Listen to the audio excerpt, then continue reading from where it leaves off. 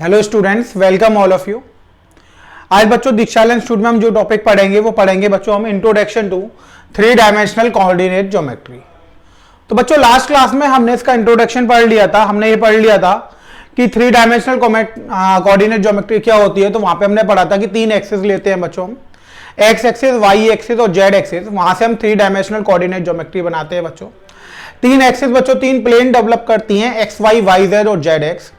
और बच्चों ये तीनों प्लेन क्या करते हैं, स्पेस को 8 इक्वल पार्ट्स में डिवाइड कर देते हैं। इतना बच्चों हमने पढ़ा था। अब 8 जो रीजन्स बनते हैं बच्चों उसको हम बोलते हैं ऑक्टेंट्स। और ऑक्टेंट्स में किस ऑक्टेंट में बच्चों एक्स पॉजिटिव होता है, किस में वाई पॉजिटिव, किस में जेड, हमने साइन सारे देख लिए थे बच्चों। फिर इसके बाद बच्चों हमने ये देख लिया था कि अगर पॉइंट से रिलेटेड कोई भी क्वेश्चन आता है, यानी पॉइंट की किसी एक्सिस से डिस्टेंस या किसी एक्सिस पर इंटरसेप्ट, किसी प्लेन से डिस्टेंस या किसी प्लेन पे फुट ऑफ परपेंडिकुलर, या फिर image of point with respect to any plane, तो वो हम कैसे काउंट करते हैं, कैसे इवैल्यूएट करेंगे, वो सारी चीजें बच्चों हमने देख ली थी। अब इस टॉपिक को हम आगे कंटिन्यू करते हैं बच्चों। अब हम कोऑर्डिनेट ज्योमेट्री से जुड़े कुछ फॉर्मूलेस की बात करेंगे। तो आपने 2Ds में पढ़ रखा था बच्चों, कोऑर्डिनेट ज्योमेट्री में आपने डिस्टेंस फॉर्मूला पढ़ा था, सेक्शन फॉर्मूला आपने पढ़ा था बच्चों। ये सारे फॉर्मूले आपने पढ़े थे कि डिस्टेंस फॉर्मूला क्या होता है, section formula, mid point formula, centroid का फॉर्मूला, ये सारे आपने 2D में पढ़ रखे। अब बच्चों हम 3D में उन फॉर्मूलेस को पढ़ेंगे, ठीक है बच्चों। तो हम बात करेंगे बच्चों फॉर्मूले की यहां पर 3D में। तो हम यहां पे बच्चों कंसीडर कर लेते हैं, कंसीडर 2 पॉइंट्स P बच्चों हमने मान लिया x1, y1, z1 and Q x2, y2, z2। तो बच्चों यहां पर हमने 2 पॉइंट कंसीडर करे। पहला पॉइंट हमने P मान लिया x1, y1, z1 और दूसरा पॉइंट बच्चों हमने Q मान लिया x2, y2, z2। ठीक है बच्चों, 2 पॉइंट्स हमने कंसीडर कर लिए।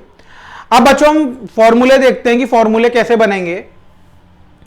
तो सबसे पहले बच्चों हमने निकाला डिस्टेंस फॉर्मूला। सबसे पहले क्या निकाला, डिस्टेंस फॉर्मूला। कि डिस्टेंस फॉर्मूला क्या होता है बच्चों। तो कोऑर्डिनेट में बच्चों जो डिस्टेंस फॉर्मूला होता है वो 2D की तरह ही होता है बच्चों। यहां भी जैसे हमारे पास 2 पॉइंट दे रखे हैं, P दे रखा है x1, y1, z1 और Q हमें दे रखा है x2, y2, z2। अब बच्चों अगर हम यहां पर डिस्टेंस फॉर्मूला लगाएंगे, यानी कि distance between point P and Q, तो distance between points P and Q, तो बच्चों हम इसको कैसे लिखेंगे, PQ। तो इक्वल्स टू में बच्चों क्या आ जाएगा, तो देखिए 2D में क्या होता था, x2 माइनस x1 का होल स्क्वायर होता था बच्चों, फिर प्लस y2 माइनस y1 का होल स्क्वायर होता था। यानी 2D में 2 डायमेंशनल होता था, x1 y1 और x2 y2। तो हम क्या फॉर्मूला लिखते थे, हम लिखते थे बच्चों x2 माइनस x1 का whole square plus y2 minus y1 का होल स्क्वायर, इतना ही लिखते थे बच्चों। अब यहां पे 3D है तो बच्चों x1 y1 के साथ z1 भी है, तो एक पॉइंट और जुड़ जाएगा। तो यहां पे हो जाएगा आपके पास z2 माइनस z1 का होल स्क्वायर। यानी अब यहां पे 3 चीजें आ जाएंगी बच्चों। पहली चीज आपके पास आएगी x2 माइनस x1 का whole square plus y2 minus y1 का whole square plus z2 minus z1 का होल स्क्वायर। तो अगर 3 डायमेंशनल की बात करेंगे तो एक्स वाई के साथ बच्चों वही चीज किसमें और जुड़ जाएगी, वही चीज जेड में और जुड़ जाएगी। क्योंकि पहले 2 एक्सिस थी एक्स और वाई, अब 3 एक्सिस हो गई एक्स वाई जेड। तो जो भी आप फॉर्मूला लगाएंगे उसमें एक्स वाई के साथ आप जेड वाले टर्म्स को जोड़ते जाएंगे तो वो 3D का बनता चला जाएगा। क्लियर हुआ बच्चों आप। अब देखिए बच्चों सेकंड है सेक्शन फॉर्मूला। अब सेकंड बच्चों में सेक्शन फॉर्मूला देखना है। तो सेक्शन फॉर्मूले में बच्चों हम क्या देखेंगे कि कोई एक पॉइंट है जो PQ को डिवाइड कर रहा है बच्चों। अब डिवाइड बच्चों इंटरनली भी होता है और एक्सटर्नली भी होता है। तो हमने कर लिया लाइक कंसीडर पॉइंट हमने यहां पे R मान लिया, डिवाइड PQ इन m/n इंटरनली। किसमें डिवाइड कर रहा है, इंटरनली डिवाइड कर रहा है बच्चों। इसी तरह से बच्चों हमने एक और करा कि consider point S divide PQ इन m/n, यहां भी m/n माना, और ये हमने मान लिया कि एक्सटर्नली। तो बच्चों इंटरनली और एक्सटर्नली दोनों के लिए हमने एक एक पॉइंट मान लिए। अब हमें यह बताना है कि R के कोऑर्डिनेट क्या होंगे और S के कोऑर्डिनेट क्या होंगे। अब देखिए बच्चों हमने एक लाइन बनाई बच्चों, ये P हो गया, Q हो गया बच्चों। P के कोऑर्डिनेट है आपके पास x1, y1, z1 और Q के कोऑर्डिनेट है x2, y2 और z2। अब बच्चों एक ये R पॉइंट है जो m/n में डिवाइड कर रहा है। तो इंटरनली है बच्चों, क्योंकि पी क्यू पर लाई कर रहा है, एस यहां पे लाई कर रहा है, तो हमने मान लिया कि ये भी किस रेशियो में डिवाइड कर रहा है, एम रेशियो एन में डिवाइड कर रहा है। अब बच्चों में आर और एस के कोऑर्डिनेट निकालकर दिखाने कि आर और एस के क्या कोऑर्डिनेट आएंगे। तो बच्चों सेक्शन फॉर्मूला आपने 2D में पढ़ा था, तो आर के कोऑर्डिनेट क्या आते थे, देखिए एम x2 होता था प्लस एन x1 होता था, और डिवाइड में क्या आता था, डिवाइड में m प्लस एन आता था। सेम बच्चों एम y2 होता था प्लस एन y1, और डिवाइड में क्या आता था आपका m प्लस एन आता था। जेड में देखेंगे तो M z2 plus N z1, divide में क्या आता था बच्चों, m प्लस एन आता था। ये आपके इंटरनली डिवीजन हो जाते थे बच्चों, यानी अगर कोई पॉइंट आर है वो पी क्यू को इंटरनली डिवाइड कर रहा है m रेशियो n में, तो वहां से बच्चों अगर हम p के कोऑर्डिनेट निकालेंगे तो वो कैसे निकलेंगे, वो निकलेंगे बच्चों p के कोऑर्डिनेट r के coordinate m x2 plus n x1 over m plus n, m y2 plus n y1 over m plus n। ये तो बच्चों 2D तक हो गया। अब यहाँ पे z एक्सिस और जुड़ गई है, तो बच्चों इस फॉर्मूले को हम आगे बढ़ा देंगे, z तक ले जाएंगे, तो ये हो जाएगा m z2 plus n z1 over m plus n। अब एक्सटर्नल डिवीजन देखेंगे बच्चों s, तो एक्सटर्नल डिवीजन में क्या होता था कि बस माइनस साइन आ जाता था, m x2 plus n x1, और डिवाइड में क्या आता था m माइनस n, और ऊपर भी माइनस आ जाता था, यही होता था बच्चों। y में भी क्या हो जाएगा m y2 minus n y1 over m minus n। z में क्या हो जाएगा बच्चों m z2 minus n z1 over m minus n, यानी बस प्लस की जगह क्या आ जाएगा बच्चों, प्लस की जगह यहां पर क्या आ जाएगा, माइनस साइन आ जाएगा। क्लियर हुआ बच्चों, इतनी बात आपको समझ में। तो जहां जहां प्लस लिख रहा था बस उसमें क्या आ जाएगा, माइनस साइन आ जाएगा, तो इंटरनल की जगह वो किसका फॉर्मूला बन जाएगा बच्चों, एक्सटर्नली डिवीजन का फॉर्मूला बन जाएगा। तो ये बच्चों आपका हो गया सेक्शन फॉर्मूला। क्लियर हुआ बच्चों, नेक्स्ट पे चलते हैं बच्चों।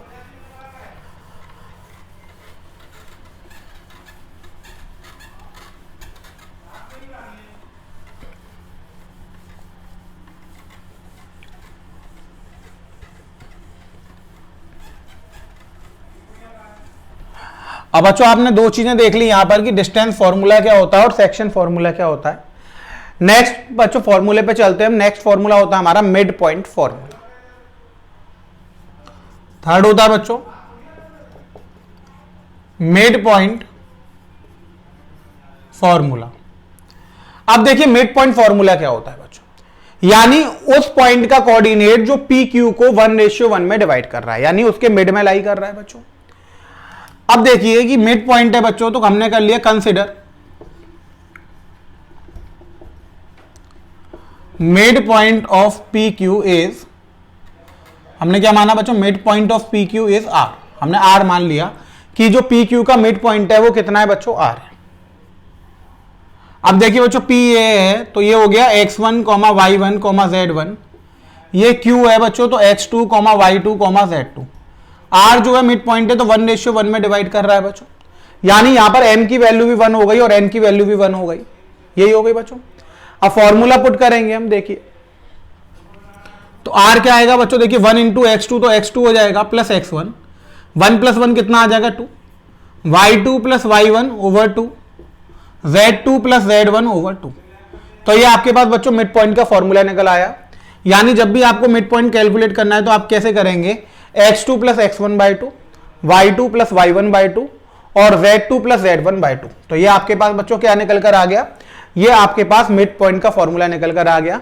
यानी PQ जो लाइन सेगमेंट बनेगा बच्चों, उसका जो मिड पॉइंट होगा R, उसको निकालने का फॉर्मूला आ गया। तो 2D में बच्चों आप ये फॉर्मूला पढ़ चुके हैं। 2D में आपने पढ़ा था x2 माइनस x1 का whole square plus y2 minus y1 का होल स्क्वायर। अब यहाँ पे 3D की बात हो रही है तो बच्चों z वाला टर्म और बढ़ जाएगा, तो यहाँ पे आ जाएगा z1 प्लस z2/2। क्लियर हुआ बच्चों। तो x और y के साथ बस यहाँ पे क्या चीजें बढ़ जाएंगी बच्चों, z की चीजें बढ़ जाएंगी। तो बच्चों कोऑर्डिनेट से रिलेटेड ये 3 फॉर्मूलेज आपके हो गए कि अगर आपको क्या करना है, डिस्टेंस निकालना है तो आप कैसे निकालेंगे। सेक्शन फॉर्मूला आपने पढ़ लिया बच्चों कैसे लिखेंगे, और आपने पढ़ा कि सेक्शन फॉर्मूले के बाद आपने देखा अगर मिड पॉइंट निकालना है तो कैसे निकालेंगे। अब बच्चों बात आती है कि अगर हमें एक ट्राइंगल दे दिया जाए तो उसका सेंट्रोइड कैसे निकालेंगे, या इंटरनल बाइसेक्टर अगर उसका निकालना हो तो कैसे निकालेंगे बच्चों। एंगल बाइसेक्टर की इक्वेशन निकाल ली। तो अगर हम ऐसा कुछ करना चाहेंगे ट्राइंगल में तो क्या करना चाहेंगे बच्चों।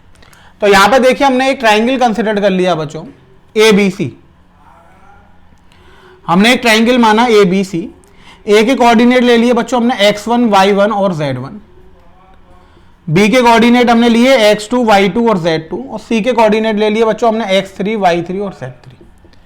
अब देखिए बच्चों यहां पर ABC एक ट्रायंगल हो गया। ए के वर्टाइसेस हमने क्या लिए, ए के वर्टाइसेस लिए हमने x1, y1, z1। बी के वर्टाइसेस क्या लिए, बी के वर्टाइसेस लिए हमने बच्चों x2, y2, z2। और सी बच्चों, सी के वर्टाइसेस हमने क्या लिए, सी के वर्टाइसेस हमने लिए x3, y3, z3। अब आपको सेंट्रोइड निकालना है ए बी सी का। क्या निकालना है, सेंट्रोइड। तो देखिए बच्चों सेंट्रोइड का क्या फॉर्मूला होगा। सेंट्रोइड का फॉर्मूला बच्चों आपने पढ़ा है x1 plus x2 plus x3/3, यही पढ़ा है बच्चों 2D में। y कोऑर्डिनेट के लिए क्या हो जाता है, y1 plus y2 plus y3/3। इसी तरह से z के लिए क्या हो जाएगा बच्चों, z1 प्लस z2/z3/3। यानी कुछ भी चेंज नहीं है बच्चों, जो काम हम x और y के लिए कर रहे हैं उसको हमें किसके लिए और करना है, उसको हमें सिर्फ z के लिए और करना है। तो ये बच्चों यहां पर आ गया x1 plus x2 plus x3/3 था, plus y1 plus y2 plus y3/3 था। अब यहां पे क्या आ जाएगा बच्चों, z1 plus z2 plus z3/3 और आ जाएगा। यानी जो काम आप x और y के लिए कर रहे हैं, अब वो काम आप किसके लिए और करेंगे, अब वो काम आप z के लिए और करेंगे। क्लियर हो गई बच्चों, बात समझ में आ गई आपको, इसमें किसी को कोई दिक्कत तो नहीं है। ठीक है बच्चों, ये आपका हो गया बच्चों अगर सेंट्रोइड निकालना है किसी ट्रायंगल को तो। अब बच्चों आगे हम देखेंगे इससे रिलेटेड कुछ क्वेश्चंस कि कैसे क्वेश्चंस यहां पर अराइज होते हैं और उन्हें हम कैसे सॉल्व करते हैं। तो बच्चों फॉर्मूले तो यही थे, और जो क्वेश्चन के बीच में आएंगे वो हम पढ़ते जाएंगे बच्चों, नए नए फॉर्मूले। वैसे तो फॉर्मूले सारे वही हैं, आपको समझ में आ ही गए होंगे। 2D में आपने सारे फॉर्मूले देख रखे हैं, अगर वो आपको 3D में बनाने हैं तो बस आपको क्या करना है कि जैसे आप x और y का कोऑर्डिनेट निकाल रहे थे, x1 x1 x2 y1 y2 लेके, वैसे ही आपको किसके कोऑर्डिनेट और निकालने हैं, वैसे ही आपको z के कोऑर्डिनेट और निकालने हैं। तो उसमें आप क्या करेंगे, z1 z2 की वैल्यू लेंगे। जो ऑपरेशन आप x और y में लगा रहे थे वही ऑपरेशन आप किस में लगा देंगे, z में लगा देंगे। तो आपके पास z का कोऑर्डिनेट निकल कर आ जाएगा। ठीक है बच्चों, अब देखिए बच्चों हम क्वेश्चन देखते हैं कुछ से रिलेटेड। जैसे पहला क्वेश्चन बच्चों हमने लिया कि find the distance between the points P हमने ले लिया 1, -3, 4 एंड Q 4, 7, -3। अब बच्चों वो हमसे ये कह रहा है कि हमारे पास दो पॉइंट दे रखे हैं। पहला पॉइंट हमें P दे रखा है 1, -3, 4, और दूसरा पॉइंट बच्चों में Q दे रखा है 4, 7, -3। अब वो ये कह रहा है कि P Q के बीच में हमें डिस्टेंस निकालनी है। ठीक है बच्चों, तो देखिए हम कैसे सॉल्व करेंगे बच्चों। हम यहां पे लिखेंगे गिवन 2 पॉइंट्स।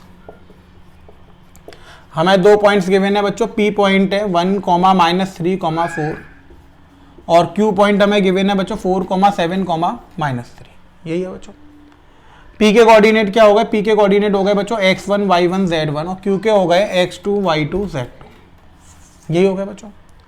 अब आपको फॉर्मूला लगाना है बच्चों पी क्यू का। तो पी क्यू का फॉर्मूला क्या होता है, अंडर रूट में x2 माइनस x1 का whole square plus y2 minus y1 का whole square plus z2 minus z1 का होल स्क्वायर। वैल्यू पुट कर देंगे। x2 की वैल्यू कितनी है बच्चों 4, और x1 की वैल्यू कितनी है 1, तो 4 माइनस 1 का होल स्क्वायर। y2 की वैल्यू 7, ये -3 है, माइनस माइनस प्लस हो जाएगा, +3 का होल स्क्वायर, -3 माइनस 4 का होल स्क्वायर।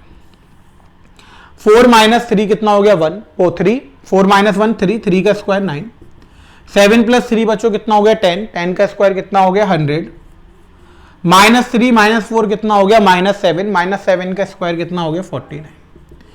तो बच्चों ये 149 हो गया, और 9 ऐड करेंगे तो 158, तो रूट के अंदर आ गई बच्चों 158। तो पी क्यू की डिस्टेंस कितनी आ गई बच्चों, पी क्यू की डिस्टेंस आ गई रूट के अंदर 158। क्लियर हुआ बच्चों, समझ में आ गया आपको हम कैसे सॉल्व करते हैं।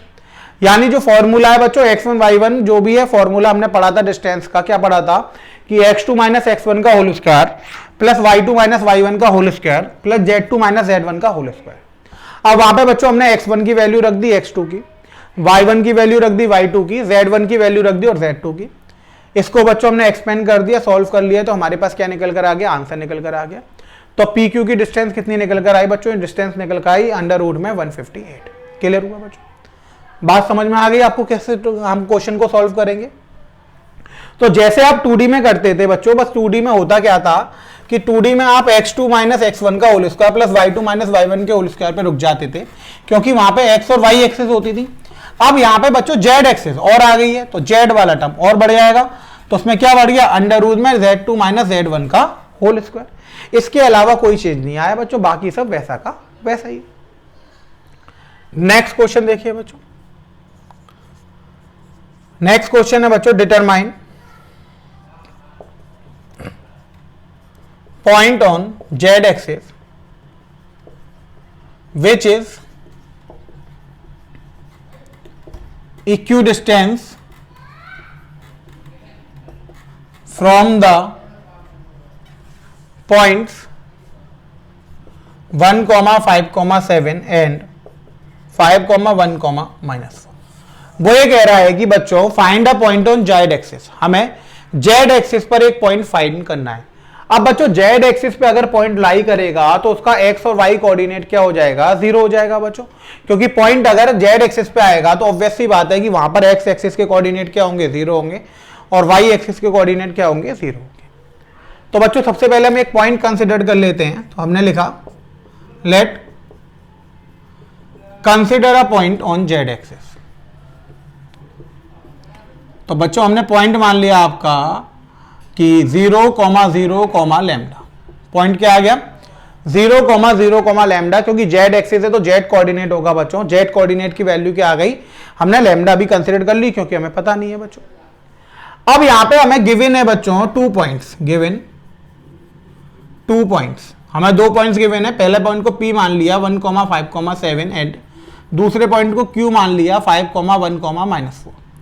अब पहला पॉइंट बच्चों हमने P मान लिया, तो P के कोऑर्डिनेट क्या होगा? P के कोऑर्डिनेट होगा 1, 5, 7।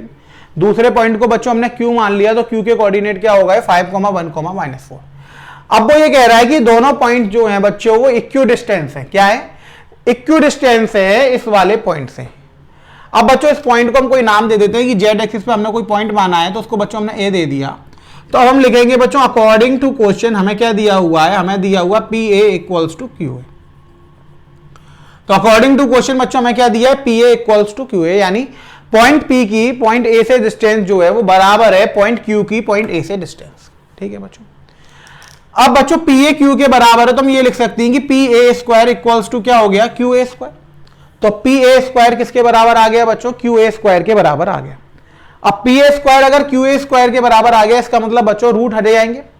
अब यहां पे हम फॉर्मूला लगाएंगे, तो देखिए x2 माइनस x1 का होल स्क्वायर, तो x2 बच्चों ये ले लिए, x1 ये ले लिए, तो ये हो जाएगा 1 माइनस 0 का होल स्क्वायर प्लस 5 माइनस 0 का whole square plus 7 minus lambda का होल स्क्वायर। ये हो गया बच्चों 1 माइनस 0 का होल स्क्वायर प्लस 5 माइनस 0 का whole square plus 7 minus lambda का होल स्क्वायर। अब बच्चों QA का स्क्वायर करेंगे तो 5 माइनस 0 का होल स्क्वायर प्लस 1 माइनस 0 का whole square plus -4 minus lambda का होल स्क्वायर, ये हो जाएगा बच्चों। 1 का स्क्वायर बच्चों 1, 5 का स्क्वायर 25 प्लस इसका square 49 plus lambda square minus 14 lambda, यही हो जाएगा बच्चों। 5 का स्क्वायर 25, 1 का स्क्वायर 1 बच्चों, इसका स्क्वायर खोलेंगे तो -4 का स्क्वायर 16 प्लस लैम्डा का स्क्वायर -2a भी होगा बच्चों। तो यहां पर दोनों नेगेटिव है तो वो माइनस माइनस मिलके क्या बन जाएगा बच्चों? प्लस बन जाएगा। तो बच्चों ये क्या हो जाएगा? हमारे पास 8 लैम्डा हो जाएगा। अब देखिए कि 25 से 25 कैंसिल हो गया, 1 से 1 कैंसिल हो गया, लैम्डा स्क्वायर से लैम्डा स्क्वायर कैंसिल हो गया। अब बच्चों 49 माइनस 16 हो जाएगा और ये हो जाएगा हमारे पास 8 लैम्डा प्लस 14 लैम्डा, यानी 33 इक्वल्स टू 22 लैम्डा। तो लैम्डा की वैल्यू आ गई बच्चों 33/22, 11 से कैंसिल करेंगे तो 3/2। इतनी बात आपको समझ में आ गई बच्चों? इसमें किसी को कोई दिक्कत तो नहीं। अब लैम्डा की वैल्यू 3/2 आ गई, यानी कि बच्चों जो हमें पॉइंट निकालना था वो पॉइंट कितना हो गया? 0, 0, 3/2।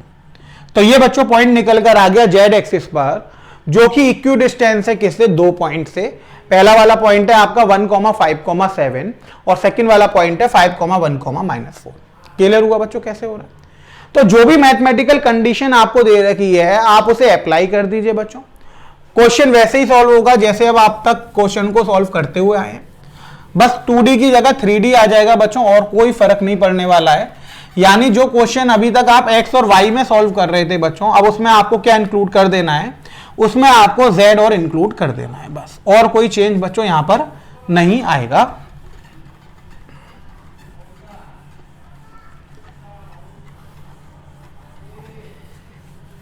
समझ में आ गया बच्चों ये? आप नेक्स्ट क्वेश्चन की तरफ चलते हैं बच्चों। नेक्स्ट क्वेश्चन देखिए, नेक्स्ट क्वेश्चन बच्चों हम लेते हैं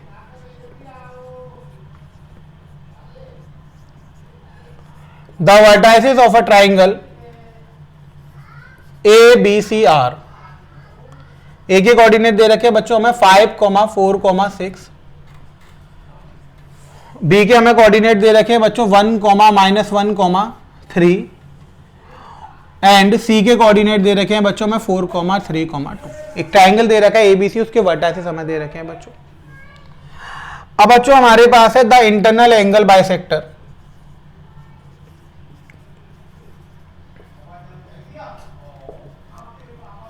of angle A meets BC at D। Find coordinate of D। Question समझ में आया बच्चों? क्वेश्चन क्या कह रहा है? क्वेश्चन ये कह रहा है कि एक ट्राइंगल है ABC, उसमें A के वर्टाइसेस है हमारे पास 5, 4, 6, B के वर्टाइसेस है आपके पास 1, -1, 3 और C के वर्टाइसेस है बच्चों आपके पास 4, 3, 2। अब वो ये कह रहा है A का एक इंटरनल एंगल बाइसेक्टर है, A एंगल है उसका इंटरनल एंगल बाइसेक्टर जो BC को किस पॉइंट पे जाके मीट कर रहा है, D पॉइंट पे जाके मीट कर रहा है। तो आपको D के कोऑर्डिनेट बताने हैं कि D के कोऑर्डिनेट क्या निकल कर आएंगे। ठीक है बच्चों, अब देखिए बच्चों हम एक ट्राइंगल कंसिडर कर लेते हैं। यहां पर ट्राइंगल बनाया बच्चों हमने, ये हमने मान लिया कि एंगल ए का बाइसेक्टर है बच्चों, ये थीटा और थीटा में डिवाइड कर रहा है, ये ए बी और सी। बीसी को किस पॉइंट पे जाके मीट कर रहा है बच्चों? डी पॉइंट पे जाके मीट कर रहा है। ठीक है बच्चों, ए के कोऑर्डिनेट हमें क्या दे रखे? ए के कोऑर्डिनेट दे रखे 5, 4, 6। बी के कोऑर्डिनेट दे रखे 1, -1, 3 और सी के कोऑर्डिनेट दे रखे तो 4, 3, 2। अब डी के कोऑर्डिनेट निकालने हैं बच्चों, तो आपके पास बी और सी है। अगर आपको यह पता लग जाए कि डी पॉइंट बी सी को किस रेशियो में डिवाइड कर रहा है तो आप डी के कोऑर्डिनेट निकाल सकते हैं बच्चों। तो यहां पे बच्चों हम लिखेंगे we know BD ratio DC equals to AB ratio AC। Internal angle bisector की बच्चों आपने थ्योरम पढ़ी होगी कि इंटरनल एंगल बाइसेक्टर सामने वाली साइड्स को उसी रेशियो में डिवाइड करता है जो उसकी साइड्स की लेंथ होती है। यानी एंगल A जिस साइड से मिलकर बनना है तो AB और AC से मिलकर बनना है, तो जो AD है वो सामने वाली साइड को किस रेशियो में डिवाइड करेगा? AB रेशियो AC में डिवाइड करेगा। बी के अपोजिट वाली साइड को स्मॉल बी माना, सी के अपोजिट वाली साइड को स्मॉल सी, तो ये किस रेशियो में डिवाइड करेगा? ये सी रेशियो बी में डिवाइड करेगा बच्चों। अब बीसी को बच्चों डी पॉइंट जो है वो किस में डिवाइड करेगा? सी रेशियो बी में डिवाइड करेगा। अब सी रेशियो बी में डिवाइड करेगा तो बच्चों हमें लेंथ निकालनी पड़ेगी, एक तो हमें सी की लेंथ निकालनी पड़ेगी और एक बी की लेंथ निकालनी पड़ेगी। तो बच्चों यहां पर डिस्टेंस फॉर्मूला यूज होगा। तो देखिए हमने सी की लेंथ निकाली, तो बच्चों सी की लेंथ को हम क्या लिखेंगे? A B. तो ए बी कैसे निकलेगा? देखिए अंडर रूट में बच्चों 5 - 1 का होल स्क्वायर प्लस 4 - +1 का होल स्क्वायर 6 - 3 का होल स्क्वायर।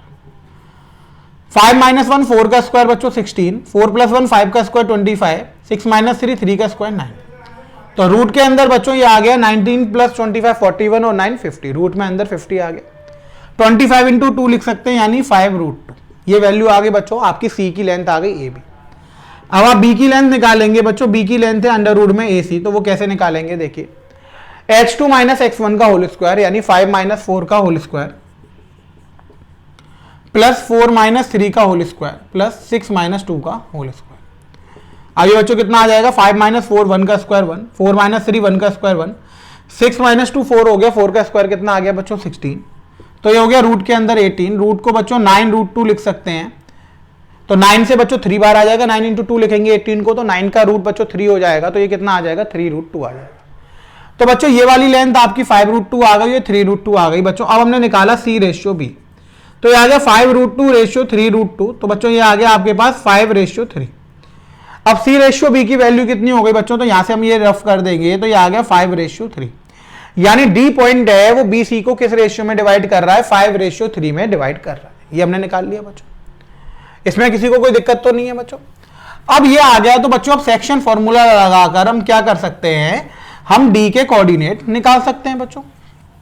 कैसे निकालेंगे देखिए बच्चों, तो यहां से हमें पता लग गया फ्रॉम एयर वी गेट, यहां पे हमने लिखा we get D divides BC in 5:3, तो by using section formula.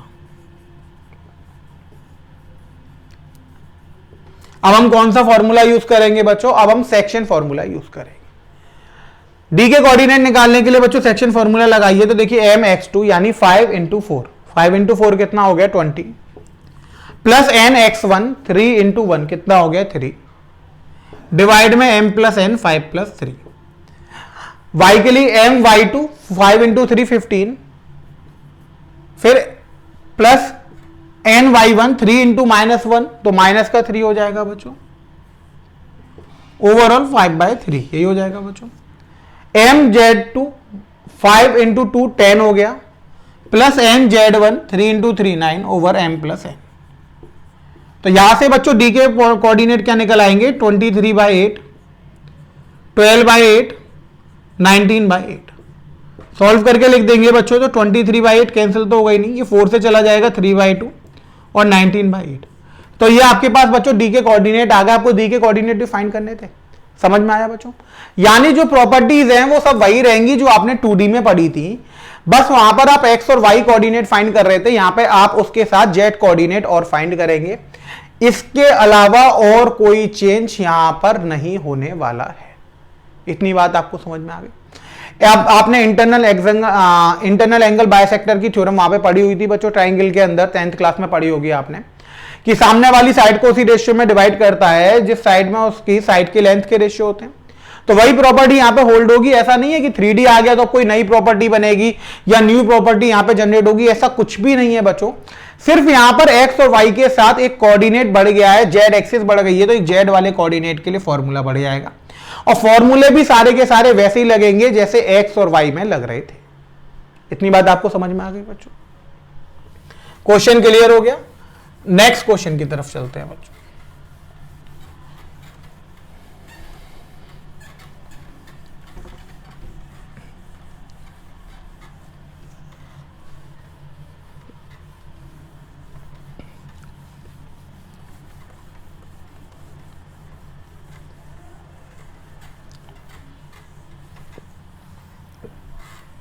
Next question की तरफ चलते हैं बच्चों। तो अगला क्वेश्चन बच्चों हम लेते हैं, बहुत ही इंपॉर्टेंट क्वेश्चन है, आप ध्यान से देखिएगा। Find the ratio in which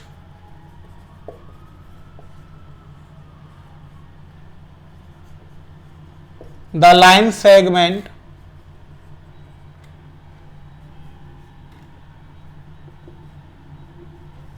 joining the points 4, 8, 10 and 6, 10, -8 is divided by the YZ plane। अब बच्चों वो हमसे कह रहा है कि find the ratio in which the line segment joining by the point. दो पॉइंट्स दे रखे हैं बच्चों, इन दोनों पॉइंट्स को जोड़कर एक लाइन सेगमेंट बनना है, उसको YZ प्लेन किस रेशियो में डिवाइड कर रहा है, हमें यहां पर ये निकालकर दिखाना है बच्चों। तो देखिए हम कैसे करेंगे। सबसे पहले बच्चों हमने कर लिया कंसीडर 2 पॉइंट्स। इन दोनों पॉइंट्स को नाम दे दिया बच्चों P, 4, 8, 10 एंड Q, 6, 10, -8। अब बच्चों PQ एक लाइन सेगमेंट बन जाएगा। ये P बन गया बच्चों हमारे पास 4, 8, 10 और ये हमारे पास Q बन गया 6, 10, -8। ठीक है बच्चों। अब हमने क्या करा, एक प्लेन मान लिया बच्चों, YZ एक प्लेन है ये वाला, यहां पे डिवाइड कर रहा है बच्चों R से, और हमने मान लिया कि λ/1 में डिवाइड कर रहा है। Consider YZ plane divides the line segment P Q in lambda ratio 1। अब बच्चों लैम्डा रेशियो 1 में डिवाइड कर रहा है तो हम आर के कोऑर्डिनेट निकाल सकते हैं बच्चों सेक्शन फॉर्मूले से। तो बच्चों हमने लिखा बाय यूजिंग सेक्शन फॉर्मूला। अब सेक्शन फॉर्मूला यूज करके बच्चों हम आर के कोऑर्डिनेट निकालेंगे। तो आर के कोऑर्डिनेट क्या आएंगे, देखिए आर के कोऑर्डिनेट बच्चों हमने निकाले तो देखिए लैम्डा इंटू 6 लैम्डा हो जाएगा, प्लस 1 इंटू 4 हो गया over lambda plus 1, 10 into lambda 10 lambda हो गया, प्लस 1 इंटू 8 हो गया over lambda plus 1, minus 8 into lambda हो जाएगा minus 8 lambda, plus 1 into 10 over lambda plus 1। ये आपके पास किसके कोऑर्डिनेट आ गए बच्चों, ये आपके पास आर के कोऑर्डिनेट निकल कर आ गए। अब बच्चों आपको पता है कि आर जो है वो लाई किस पे कर रहा है, वाई जेड प्लेन पे। तो हम यहां पे लिखेंगे R lies on Y Z plane. So X coordinate of R equal to 0। X coordinate क्या हो जाएगा आर का, जो एक्स कोऑर्डिनेट है वो क्या हो जाएगा, वो 0 हो जाएगा। अब एक्स कोऑर्डिनेट 0 हो जाएगा तो बच्चों हमने लिख दिया कि 6 lambda plus 4 over lambda plus 1 equals to क्या हो गया 0। लैम्डा प्लस 1 बच्चों 0 में चला गया तो देन ये आ गया कि 6 lambda plus 4 equal to 0। 6 lambda equals to -4 बच्चों, तो लैम्डा की वैल्यू हो गई -4/6 यानी माइनस का 2/3। अब लैम्डा की वैल्यू माइनस का 2/3 आ गई, डेट इज बच्चों आर या फिर plane Y Z divides P Q in 2:3 externally. Externally क्यों लिखेंगे बच्चों, क्योंकि लैम्डा की वैल्यू माइनस का 2/3 आई है ना, तो रेशियो तो बच्चों 2:3 हो गया। अब जो माइनस साइन लग रहा है तो माइनस साइन किसके लिए लगता है बच्चों, माइनस साइन जो लगता है वो एक्सटर्नल डिवीजन के लिए लगता है, यानी इंटरनल डिवीजन होता तो 2/3 आ जाता बच्चों। एक्सटर्नल डिवीजन है इसलिए बच्चों ये क्या आया है, माइनस का 2/3 आया, क्योंकि माइनस साइन आ जाता है तो इसका मतलब है कि ये प्लेन है बच्चों, जो लाइन को कट कर रहा है वो इस लाइन के आगे या पीछे लाई कर रहा है, उस प्लेन पे लाई नहीं कर रहा है। ठीक है बच्चों, तो ये एक्सटर्नली डिवाइड कर रहा है। समझ में आ गया आपको, क्लियर हुआ बच्चों कॉन्सेप्ट। नेक्स्ट क्वेश्चन की तरफ चलते हैं बच्चों।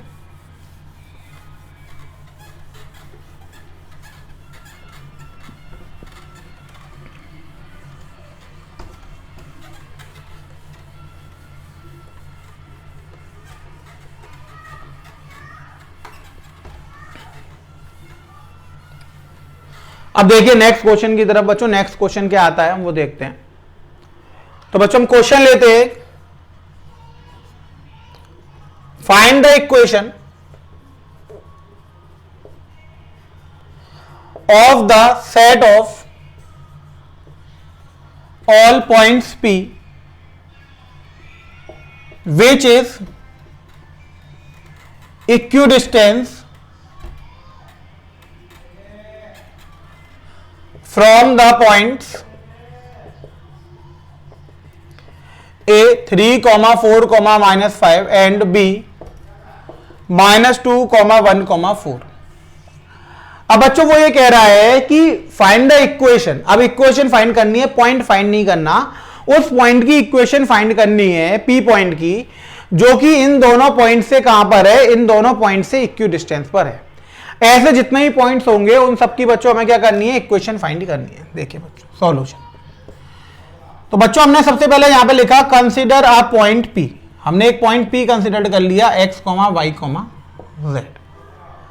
अब बच्चों अकॉर्डिंग टू क्वेश्चन हमें क्या दे रखा है, हमें दे रखा है PA इक्वल्स टू PB, दोनों इक्वी डिस्टेंस पर है, यानी PA स्क्वायर इक्वल्स टू कितना हो गया, PB स्क्वायर। यही हो गया बच्चों। अब यहां पे हम डिस्टेंस फॉर्म लगा सकते हैं बच्चों, PA स्क्वायर। तो बच्चों PA हो गया, A से निकालेंगे तो x -3 का होल स्क्वायर प्लस y -4 का होल स्क्वायर प्लस z +5 का होल स्क्वायर। फॉर्मूला लगा दिया बच्चों। रूट लगाने की बच्चों जरूरत नहीं है यहां पर, क्योंकि हमने PA स्क्वायर कर दिया है, तो स्क्वायर से रूट क्या हो गया, कैंसिल हो गया बच्चों। PB देखेंगे तो बच्चों ये वाला पॉइंट और ये वाला पॉइंट लेंगे तो x +2 का होल स्क्वायर प्लस y -1 का होल स्क्वायर प्लस z -4 का होल स्क्वायर। क्लियर हुआ बच्चों। यानी सबसे पहले हमने PA देखा तो बच्चों PA कितना आया, x -3 का होल स्क्वायर प्लस y -4 का whole square plus Z plus 5 का होल स्क्वायर। पी बी देखा तो बच्चों x माइनस माइनस प्लस हो जाएगा, x प्लस 2 का होल स्क्वायर, y माइनस 1 का होल स्क्वायर और z माइनस 4 का होल स्क्वायर। अब स्क्वायर ओपन करेंगे तो बच्चों ये हो जाएगा X square plus 9 minus 6x plus Y square plus 16 minus 8y plus Z square plus 25 plus 10z। यही हो जाएगा बच्चों। ओपन करेंगे तो X square plus 4 plus 4x plus Y square plus 1 minus 2y plus Z square plus 16 minus 8z। इतना ही हो जाएगा बच्चों। अब यहां पे वो देख लीजिए जो कैंसिल हो रहा है बच्चों, तो एक्स स्क्वायर से एक्स स्क्वायर कट रहा है, वाई स्क्वायर से वाई स्क्वायर कट रहा है और जेड स्क्वायर से जेड स्क्वायर कट रहा है। यही कट रहा है बच्चों। और कुछ कट रहा है बच्चों, देखिए 16 से ये वाला 16 कैंसिल आउट हो जाएगा। अब बच्चों हम इक्वेशन को एक तरफ लिखेंगे तो देखिए माइनस 6x है बच्चों और ये 4x है, इधर आएगा तो ये माइनस का 10x बन जाएगा बच्चों। माइनस 8y है, यहाँ पे माइनस 2y है तो इधर आगे प्लस 2y हो जाएगी, माइनस 8y प्लस 2y तो माइनस का 6y बन जाएगा बच्चों। 10z है, इधर आगे बच्चों 8z ऐड हो जाएगा तो 10 प्लस 8 कितना हो जाएगा 18z। 3 इक्वेशन बन गई बच्चों आपकी। अब देखिए कि यहां पर बच्चों 9 प्लस 25 कितना है 41, वो 9 प्लस 25 34 हो जाएगा बच्चों। इधर आपके पास 4 और क्या बचा 1 5 तो माइनस 5 इक्वल टू 0। यही हो जाएगा बच्चों। Minus 10x minus 6y plus 18z plus का 29 इक्वल टू 0। माइनस आ रहा था बच्चों, मल्टीप्लाई माइनस 1 कर देंगे तो 10x plus 6y minus 18z minus 29 equal to 0। तो ये किसकी इक्वेशन निकल कर आ गई बच्चों, equation of all points P की इक्वेशन निकल कर आ गई, जो दोनों गिवन पॉइंट से कहां पर है, दोनों गिवन पॉइंट से इक्यू डिस्टेंस पर। क्लियर हो गया बच्चों, समझ में आ गया आपको। यहां पे किसी को कोई दिक्कत तो नहीं है बच्चों। यानी जो कंडीशंस दे रखी हैं बच्चों, आपको सिर्फ वही पुट करनी है, उससे आपके पास क्या निकल कर आ जाता है बच्चों, उससे आपके पास आंसर निकल कर आ जाता है। क्लियर हुआ बच्चों।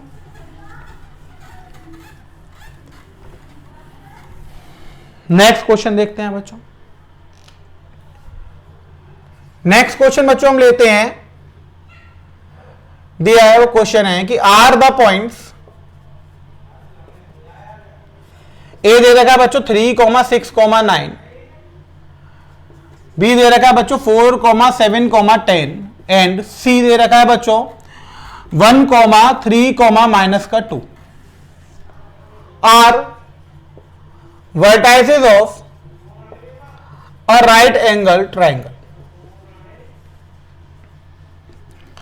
बच्चों वो ये कह रहा है कि ये हमें 3 पॉइंट्स दे रखे हैं ए बी सी के। ए हमें दे रखा है 3, 6, 9, बी हमें दे रखा है 4, 7, 10 और सी हमें दे रखा है 1, 3, माइनस 2।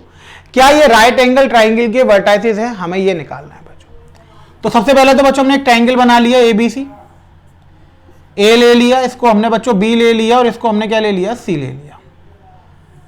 अब बच्चों ए के कोऑर्डिनेट हमने लिख लिए। ए के कोऑर्डिनेट क्या है 3, 6, 9, बी के कोऑर्डिनेट आए 4, 7, 10 और सी के आए 1, 3, माइनस 2।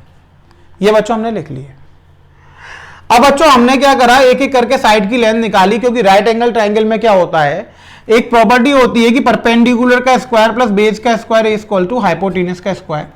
यानी दो साइड्स की लेंथ के स्क्वायर का सम जो होता है वो तीसरी साइड के लेंथ के स्क्वायर के सम के बराबर होता है। तो 1 बाय 1 बच्चों हम सारी साइड निकालेंगे। सबसे पहले हमने ए बी निकाला, तो ए बी अंडर रूट में 4 - 3 का होल स्क्वायर प्लस 7 - 6 का होल स्क्वायर प्लस 10 - 9 का होल स्क्वायर। ये हो जाएगा बच्चों, देखिए 4 - 3 का होल स्क्वायर प्लस 7 - 6 का होल स्क्वायर प्लस 10 - 9 का होल स्क्वायर। 4 - 3 1 का स्क्वायर 1, 7 - 6 1 का स्क्वायर 1, 10 - 1 1 का स्क्वायर 1। तो ये बच्चों कितना आ गया √3 आ गया। तो ए बी की वैल्यू आपके पास आ गई √3, यानी इसकी लेंथ कितनी आ गई बच्चों √3। अब आपने क्या निकालना है बच्चों बी सी। तो देखिए बी सी में बच्चों अंडर रूट में x2 - x1 ऐसे लगा दीजिए, 4 - 1 का होल स्क्वायर प्लस 7 - 3 का होल स्क्वायर प्लस 10 माइनस है तो बच्चों -2 का प्लस हो जाएगा प्लस 2 का होल स्क्वायर। बच्चों 4 - 1 3 का स्क्वायर 9, 7 - 3 4 हो गया, 4 का स्क्वायर बच्चों कितना हो गया 16, 10 + 2 12 हो गया, 12 का स्क्वायर हो गया 144। तो बच्चों 144 और ये आपका 25 169 हो जाएगा। तो ये वैल्यू कितनी निकल आएगी बच्चों, ये वैल्यू निकल आएगी आपके पास 13। तो बीसी की लेंथ कितनी निकल आई बच्चों 13। अब आप सी ए निकालेंगे। सी में बच्चों देखिए x2 माइनस x1 का होल स्क्वायर यानी 3 माइनस 1 का होल स्क्वायर प्लस 6 माइनस 3 का whole square plus 9 minus minus plus 2 का होल स्क्वायर बच्चों। तो 3 माइनस 1 2 का स्क्वायर 4, 6 माइनस 3 3 का स्क्वायर 9, 11 का स्क्वायर बच्चों 121। ये रूट के अंदर कितना आ जाएगा 121 और 9 बच्चों 130 और ये आपका हो जाएगा 134। ये हो जाएगा बच्चों। अब आप देखिए कि ये रूट के अंदर 134 आ गया बच्चों, ये आपके पास रूट 3 आ गया, सबसे बड़ी साइड तो 13 हो गई बच्चों। अब आपने क्या करा, आपने देखा कि अंडर रूट में 134 का स्क्वायर प्लस रूट 3 का स्क्वायर बच्चों, तो ये आ गया 134 प्लस 3 यानी कि 137। पर बच्चों ये बराबर नहीं है किसके 13 के, वहां अंडर रूट में बच्चों ये बराबर नहीं है किसके 169 के, यानी कि बराबर नहीं है तो बीसी के बराबर नहीं है बच्चों। सो यहां पर हम लिखेंगे परपेंडिकुलर प्लस बेस का square not equals to hypotenuse square. So it is not a right angle triangle. तो बच्चों ये कैसा ट्राइंगल नहीं है, ये राइट एंगल ट्राइंगल नहीं है। समझ में आ गया बच्चों, क्लियर हो गया आपको, इसमें किसी को कोई दिक्कत तो नहीं है बच्चों, सबको समझ में आ गया, ठीक है। तो ये राइट एंगल ट्राइंगल नहीं है बच्चों, हम ऐसे फाइंड कर लेते हैं। अगर मान लीजिए कि बच्चों ये प्रॉपर्टी होल्ड हो जाती है कि दो साइड का स्क्वायर का सम तीसरी साइड के स्क्वायर के बराबर हो जाता, तो ये बच्चों क्या बन जाता, ये वहां पर राइट एंगल ट्राइंगल बन जाता। समझ में आ गया बच्चों। एक और क्वेश्चन देखते हैं बच्चों, देखिए आप, ये सारे बच्चों बहुत ही इंपॉर्टेंट क्वेश्चन है जो आपके एग्जाम में पूछे जाते हैं, और हर एक टाइप के बच्चों में यहां पे क्वेश्चन करा दे रहा हूं जिससे आपको एग्जाम में कोई दिक्कत ना आए बच्चों। नेक्स्ट क्वेश्चन लिया हमने, नेक्स्ट क्वेश्चन है बच्चों हमारे पास, find the coordinate of the point which is equidistant from the 4 points. पहले 0,0,0 ऑरिजिन ले लिया बच्चों हमने, ए 2,0,0, बी 0,3,0 एंड सी 0,0,8। अब वो कह रहा है एक ऐसा पॉइंट फाइंड करो प्लेन में जो इन चारों पॉइंटों से इक्यू डिस्टेंस पर हो, यानी चारों पॉइंटों से उसकी डिस्टेंस कैसी हो बच्चों, बराबर। तो देखिए बच्चों सॉल्यूशन, सबसे पहले हम लिखेंगे कंसीडर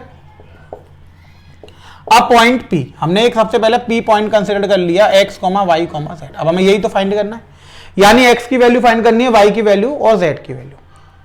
अब बच्चों गिवन क्या हमारे पास, गिवन है OP equals to AP equals to BP equals to CP। यही तो दे रखा है कि चारों पॉइंटों से उसकी डिस्टेंस बराबर है, यानी OP बराबर हो जाएगा AP के, बराबर हो जाएगा BP के, और ये बराबर हो जाएगा CP के। अब 1 बाय 1 बच्चों हम सब चीजें निकालते हैं। सबसे पहले हमने OP निकाला बच्चों, तो O और P बच्चों यहां से निकालेंगे तो x माइनस 0 का whole square plus y minus 0 का whole square plus z minus 0 का होल स्क्वायर, यानी ये आ गया बच्चों अंडर रूट में x square plus y square plus z square.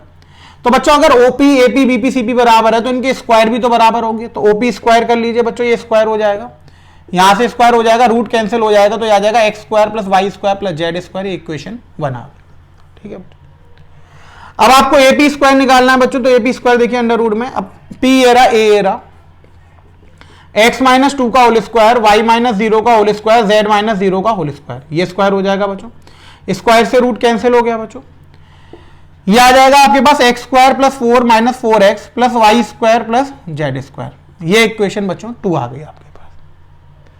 अब बच्चों आप BP का स्क्वायर निकालेंगे तो BP का स्क्वायर अंडर रूट में x माइनस 0 का whole square plus y minus 3 का whole square plus z minus 0 का होल स्क्वायर। स्क्वायर से बच्चों रूट कैंसिल हो गया, तो ये आ गया x square plus y square plus 9 minus 6y plus z square. ये आपके पास इक्वेशन नंबर 3 निकल कर आ गई बच्चों। अब इक्वेशन 4 देखेंगे बच्चों, तो CP स्क्वायर आ गया अंडर रूट में x माइनस 0 का whole square plus y minus 0 का whole square plus z minus 8 का होल स्क्वायर। इसका स्क्वायर करेंगे तो रूट कैंसिल हो गया बच्चों, x square plus y square plus z square plus 64 minus 8 2 16 बच्चों, ये z आ गया। ये आपके पास 4th इक्वेशन। अब बच्चों अकॉर्डिंग टू कंडीशन ये चारों कैसे हैं, इक्वल है बच्चों। तो बच्चों हमने लिख दिया कि OP का स्क्वायर किसके बराबर है, AP के स्क्वायर के बराबर है। तो इन दोनों को बच्चों हम इक्वेट कर देंगे, तो यहां से इक्वेट करेंगे तो बच्चों X square plus Y square plus Z square equals to X square plus Y square plus Z square plus 4 minus 4x। ये कैंसिल हो गया बच्चों, ये इधर आ जाएगा तो 4x इक्वल्स टू 4, तो x की वैल्यू कितनी निकल कर आ जाएगी बच्चों, x की वैल्यू आ गई आपके पास 1। क्लियर हुआ बच्चों। अब सेकंड इक्वेशन देखेंगे तो बच्चों अब आप रख देंगे OP के स्क्वायर को आप BP के स्क्वायर के बराबर रख देंगे बच्चों। तो X square plus Y square plus Z square, BP का स्क्वायर बच्चों यहां से आएगा X square plus Y square plus Z square plus 9 minus 6y, ये कैंसिल आउट हो गया बच्चों। यानी 6y की वैल्यू कितनी हो गई बच्चों 9, तो यहां से बच्चों निकल कर आ गया 2y इक्वल्स टू 3, तो y की वैल्यू कितनी हो गई बच्चों 3/2 हो गई। अब बच्चों आपने अगला रखा OP का स्क्वायर इक्वल्स टू CP का स्क्वायर, तो बच्चों X square plus Y square plus Z square equals to X square plus Y square plus Z square plus 64 minus 16z, cancel हो गया बच्चों। यहां से 16z इक्वल्स टू 64 आ गया, तो z की वैल्यू कितनी आ गई बच्चों, z की वैल्यू 4 आ गई। आपके पास x की वैल्यू 1 आ गई, y की वैल्यू 3/2 आ गई, z की वैल्यू 4 आ गई। तो पॉइंट P क्या हो गया बच्चों, x, y, z 1, 3/2, 4। ये आपके पास वो पॉइंट निकल आया बच्चों जो गिवन 4 पॉइंट से कहां पर था, गिवन 4 पॉइंट से इक्वी डिस्टेंस पर था। क्लियर हुआ बच्चों, समझ में आ गया। तो जब भी आपको ऐसे क्वेश्चन सॉल्व करने होंगे तो बच्चों जो गिवन कंडीशन दे रखी है आप उसको अप्लाई करेंगे, 2D की तरह क्वेश्चन सॉल्व होंगे, बस यहाँ पे जेड कोऑर्डिनेट बढ़ जाएगा। तो ये सारे क्वेश्चन बच्चों आपको समझ में आ गए होंगे। तो 3D में जितने टाइप के क्वेश्चन अराइज होते हैं वो मैंने सब आपको सॉल्व करा दिए, सारे कॉन्सेप्ट मैंने आपको बता दिए बच्चों, किस क्वाड्रेंट में कैसे होता है, क्वाड्रेंट्स में कैसे हम याद रखते हैं, वो सारी चीजें मैंने आपको बता दी। तो आज की क्लास बच्चों हम यही रोकते हैं। Thank you students.